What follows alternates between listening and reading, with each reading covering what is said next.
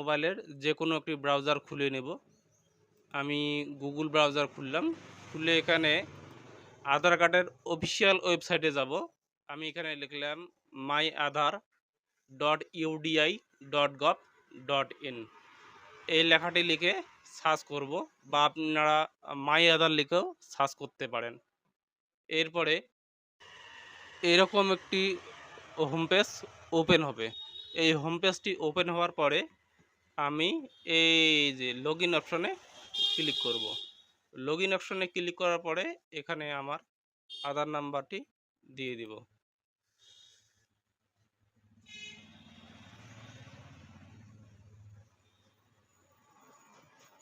আধার নাম্বারটি দিয়ে দেওয়ার পরে এখানে আমি ক্যাপচার দিব।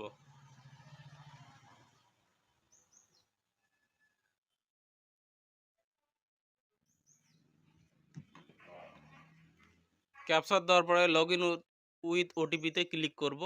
ওটিপিতে ক্লিক করার পরে আমার আধার কার্ডের যে মোবাইল নাম্বারটি লিঙ্ক রয়েছে তার মধ্যে একটি ওটিপি আসবে, 6 সংখ্যার ওটিপি। সেই 6 সংখ্যার ওটিপিটি আমি এখানে দিয়ে দিব। 120916।